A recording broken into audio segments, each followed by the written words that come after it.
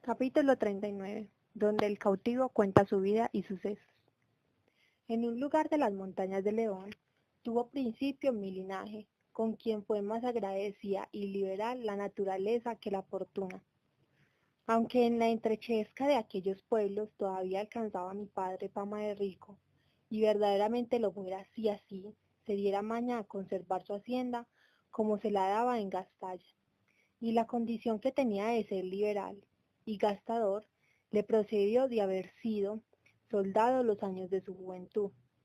que es la escuela la soldadesca donde el mezquino se hace franco y el franco pródigo, y si algunos soldados se hallan miserables, son como monstruos que se ven raras veces. Pasaba mi padre los términos de la liberalidad y rayaba en los de ser pródigo, cosa que no le es de ningún provecho al hombre casado y que tiene hijos que le han de suceder en el nombre y en el ser. Los que mi padre tenía eran 3, 2 varones y todos de edad de poder elegir estado. Viendo pues mi padre que según él decía no podía irse a la mano contra su condición, quiso privarse del instrumento y causa que le hacía gastador y dadivoso, que fue privarse de la hacienda, sin la cual el mismo Alejandro pareciera estrecho. Y así, llamándonos un día todos a 3 a solas en un aposento, nos dijo unas razones semejantes a las que ahora diré. Hijos, para deciros que os quiero bien, basta saber y decir que sois mis hijos. Y para entender que os quiero, mal basta saber que no me voy a la mano en lo que toca conservar vuestra hacienda. Pues para que entendáis desde aquí en adelante que os quiero como padre, y que no os quiero destruir como padrastro.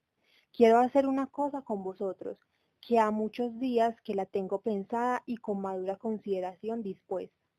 Vosotros estáis ya en edad de tomar estado, o al menos elegir ejercicio, tal que cuando mayores os honre y aproveche. Y lo que he pensado es hacer de mi hacienda 4 partes. Las 3 os daré a vosotros, a cada uno que le tocare, sin exceder cosa alguna. Y con la otra me quedaré yo para vivir y sustentarme los días que el cielo fuere servido de darme vida. Pero querría que después que cada uno tuviese en su poder la parte que le toca de su hacienda, siguiese uno de los caminos que le diré. Hay un refrán en nuestra España, a mi parecer muy verdadero, como todos lo son, por ser sentencias breves sacadas de la lengua y discreta experiencia.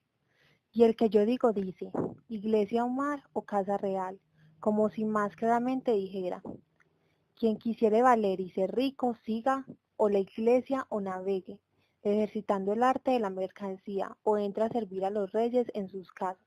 porque dicen, más vale migaja de rey que merced de señor. Digo esto porque querría, y es mi voluntad, que uno de vosotros siguiese las letras, el otro la mercancía, y el otro sirviese al rey en la guerra, pues es dificultoso entrar a servirle en su casa, ya que la guerra, no de muchas riquezas, suele dar mucho valor y mucha fama. Dentro de 8 días os daré toda vuestra parte en dineros, sin defraudaros, en un ardite como lo veréis por la obra. Decidme ahora si queréis seguir mi parecer y consejo en lo que los he propuesto, y mandándome a mí, por ser el mayor, que respondiese después de haberle dicho que no se deshiciese de la hacienda, sino que gastase todo lo que fuese su voluntad, que nosotros éramos mozos para saber ganarla. Vine a concluir el que cumpliría su gusto, y que el mío era seguir el ejercicio de las armas, sirviendo en él a Dios y a mi rey. El segundo hermano hizo lo mismo, ofrecimientos, y escogió el irse a las Indias, llevando de empleada la hacienda que le cupiese. El menor, y a lo que yo creo el más discreto, dijo que quería seguir la iglesia o irse a acabar sus comenzados estudios en Salamanca. Así como acabamos de concordarnos y escoger nuestros ejercicios, mi padre nos abrazó a todos y con la brevedad que dijo puso por obra cuanto nos había prometido, y dando a cada uno su parte, que, a lo que se me acuerda, fueron cada 3.000 ducados en dineros, porque un nuestro tío compró toda la hacienda y la pagó de contado, porque no saliese del tronco de la casa. En un mismo día nos despedimos todos tres de nuestro padre, y en aquel mismo, pareciéndome a mí ser inhumanidad que mi padre que hace viejo, hice con él de mis 3.000 tomases los 2.000 ducados, porque a mí me bastaba el resto para acomodarme de lo que había menester un soldado. Mis 2 hermanos, movidos por mi ejemplo, cada uno le dio 1.000 ducados, de modo que a mi padre le quedaron 4.000 en dineros, y más de 3.000, que a lo que me parece valía la hacienda que le cupo, que no quiso vender, sino quedarse con ella en raíces. Digo, en fin, que nos despedimos de él y de aquel nuestro tío que he dicho, no sin mucho sentimiento y lágrimas de todos, encargándonos que les hiciéramos saber todas las veces que hubiese comodidad para ello, de nuestros sucesos prósperos o adversos. Prometímoselo y abrazándonos y echándonos su bendición, el uno tomó el viaje de Salamanca, el otro de Sevilla, y el otro, yo, el de Alicante, a donde tuve nuevas que había una nave genovesa que cargaba allí la lana para Génova. Hará 22 años que salí de casa de mi padre, y en todos ellos, puesto que he escrito algunas cartas, no he sabido de él ni de mis hermanos nueva alguna. Y lo que en este discurso del tiempo he pasado lo diré brevemente. Embárqueme en Alicante, llegué con próspero viaje a Génova. Fui desde allí a Milán, donde me acomodé de armas y algunas galas de soldado, de donde quise ir a asentar mi plaza al Piamonte, y estando ya de camino para Alejandría de la Palle, tuve nuevas que el gran duque de Alba pasaba a Flandes. Mudé propósito, fuime con él servirle en las jornadas que hizo. Halléme en la muerte de los condes de Eguemón y de Hornos. Alcancé a ser alférez de un famoso capitán de Guadalajara, llamado Diego de Urbina, y a cabo de algún tiempo que llegué a Flandes, se tuvo nuevas de la liga que santidad del Papa Pío V. De felice recordación había hecho conveniencia y con España contra el enemigo común, que es el turco, el cual en aquel mismo tiempo había ganado con su armada la famosa isla de Chipre, que estaba debajo del dominio del veneciano, y pérdida lamentable y desdichada. Súpose cierto que venía por general de esta liga el serenísimo don Juan de Austria, hermano natural de nuestro buen rey don Felipe. Divulgóse el grandísimo aparato de la guerra, que se hacía, todo lo cual me incitó y conmovió el ánimo y el deseo de verme en la jornada que se esperaba. Y aunque tenía barruntos y casi promesas ciertas de que en la primera ocasión que se ofreciese sería promovido a capitán, lo quise dejar todo y venirme, como me vine, a Italia. Y quiso mi buena suerte que el señor don Juan de Austria acabase de llegar a Génova, que pasaba a Nápoles a juntarse con la armada de Venecia, como después lo hizo en Mesina. Digo, en fin, que yo me hallé en aquella felísima jornada, ya que, hecho capitán de infancia, a cuyo honroso cargo me subió mi buena suerte más que mis merecimientos, y aquel día, que fue para la cristiandad tan dichoso, porque él se desengañó el mundo y todas las naciones del error en que estaban, creyendo que los turcos eran invencibles por la mar. En aquel día, digo, donde quedó el orgullo y soberbia, Otamaná, quebrantada, entre tantos venturosos que allí hubo, porque más ventura tuvieron los cristianos que allí murieron, que los vivos y vencedores quedaron. Yo solo fui el desdichado,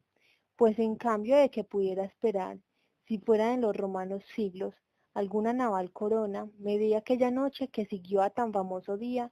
con cadenas a los pies y esposas en las manos. Y fue de esta suerte que, habiendo de Luchalí, rey de Argel, atrevido y venturoso cosario, y embestido y rendido del capitán a Malta, que solo 3 caballeros quedaron vivos en él. Y estos malheridos, acudió la capitana de Juan Andrea a socorrella, en la cual yo iba con mi compañía, y haciendo lo que debía en ocasión semejante, salté en la galera contraria, la cual, desviándose de la que había embestido, estorbó que mis soldados me siguiesen, y así me hallé solo entre mis enemigos, a quien no pude resistir por ser tantos, en fin, me rindieron lleno de heridas. Y como ya habréis, señores, oído decir que el Uchalí se salvó con toda su escuadra, vine yo a quedar cautivo en su poder, y solo fui el triste entre tantos alegres, y el cautivo entre tantos libres, porque fueron 15.000 cristianos los que aquel día alcanzaron la deseada libertad, que todos venían al remo en la turquesa armada. Lleváronme a Constantinopla, donde el gran turco Selim hizo general del mar a mi amo, porque había hecho su deber en la batalla, habiendo llevado por muestra de su valor el estandarte de la religión de Malta.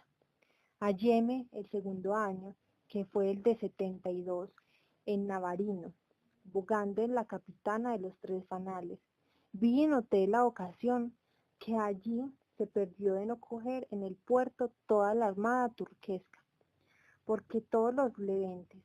y genízaros que en ella venían tuvieron por cierto que les habían de embestir dentro del mismo puerto, y tenían a punto su ropa y pasamaques, que son sus zapatos, para huirse luego por tierra, sin esperar ser combatidos. Tanto era el miedo que habían cobrado nuestra armada, pero el cielo lo ordenó de otra manera, no por culpa ni descuido del general, que a los nuestros regía, sino por los pecados de la cristiandad,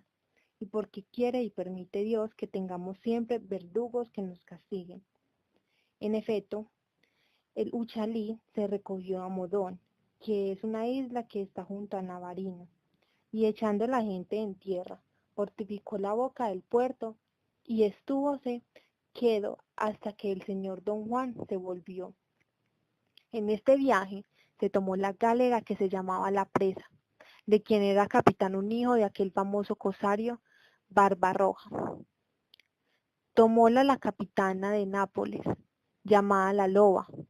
regida por aquel rayo de la guerra, por el padre de los soldados, por aquel venturoso y jamás vencido don Álvaro de Bazán, marqués de Santa Cruz. Y no quiero dejar de decir lo que sucedió en La Presa. Era tan cruel el hijo de Barbarroja y trataba tan mal a sus cautivos, que así como los que venían al remo vieron que la galera loba les iba entrando y que los alcanzaba, soltaron todos a un tiempo los remos y asieron de su capitán, que estaba sobre el estanterol, gritando que bogasen a prisa,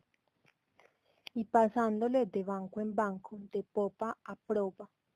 le dieron bocado que poco más que pasó del árbol, ya había pasado su ánima al infierno. Tal era, como he dicho, la crueldad con los que trataba y el odio que ellos tenían. Volvimos a Constantinopla, y el año siguiente, que fue el de 63, se supo en ella cómo el señor don Juan había ganado a Túnez, y quitando aquel reino a los turcos, y puesto en posesión del Muley Hamed, cortando las esperanzas que de volver a reinar en él tenía Muley Hamida, el moro más cruel y más valiente que tuvo el mundo. Sintió mucho esta pérdida al gran turco, y usando de la sagacidad que todos los de su casa tienen, hizo paz con venecianos que mucho más que él la deseaban, y el año siguiente de 74 acometió a Goleta y al fuerte que junto a Túnez había dejado medio levantado el señor don Juan. En todos estos tranques andaba yo al remo, sin esperanza de libertad alguna, a lo menos. No esperaba tenerla por rescate, porque tenía determinado de no escribir las nuevas de mi desgracia a mi padre. Perdióse, en fin, la Goleta, perdióse el fuerte, sobre las cuales plazas hubo de soldados turcos, pagados 75.000, y de moros y aláveres de toda la África. más de 400.000, acompañado de este tan gran número de gente con tantas municiones y pertrechos de guerra, y con tantos gastadores que con las manos y a puñados de tierra pudieran cubrir la goleta y el fuerte. Perdióse primero la goleta, tenía hasta entonces por inexpugnable y no se perdió por culpa de sus defensores, los cuales hicieron en su defensa todo aquello que debían y podían, sino porque la experiencia mostró la facilidad con que se podían levantar trincheas en aquella desierta arena, porque a 2 palmos se hallaba agua, y los turcos no la hallaron a 2 raras. Y así, con muchos sacos de arena, levantaron las trincheas tan altas que sobrepujarán las murallas de la fuerza, y tirándoles a caballero, ninguno podía parar, ni asistir a la defensa. Fue común opinión que no se habían de encerrar los nuestros en la goleta, sino esperar en campaña al desembarcadero. Y los que esto dicen hablan de lejos y con poca experiencia de casos semejantes, porque si en la goleta y en el fuerte apenas había 7.000 soldados, ¿cómo podía tan poco número, aunque más esforzados fuesen, salir a campaña y quedar con las fuerzas contra tanto como era el de los enemigos? ¿Y cómo es posible dejar de perderse fuerza que no es socorrida, y más cuando la cercan enemigos muchos y porfiados, y en su misma tierra? Pero a muchos les pareció, y así me pareció a mí, que fue particular gracia y merced que el cielo hizo a España en permitir que se osolase aquella oficina y capa de maldades, y aquella gomia y o esponja y polilla de la infinidad de dineros que allí sin provecho se gastaban, sin servir de otra cosa que de conservar la memoria de haberla ganado la felicísima del invictísimo Carlos V, como si fuera menester para hacerla eterna, como lo es y será que aquellas pedras la sustentaran. Perdióse también el fuerte, pero fuéronle ganando los turcos palmo a palmo, porque los soldados que lo defendían pelearon tan valerosa y fuertemente que pasaron de 20 y 5.000 enemigos los que mataron, en 22 asaltos generales que les dieron. Ninguno cautivaron sano de 300 que quedaron vivos, señal cierta y clara de su esfuerzo y valor, y de lo bien que se habían defendido y guardado sus plazas. Rindióse a partir de un pequeño fuerte o torre que estaba en mitad del estaño, a cargo de don Juan Sanoguera, caballero valenciano y famoso soldado.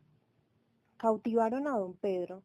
Puertocarrero, general de la goleta, el cual hizo cuanto fue posible por defender su fuerza, y sintió tanto el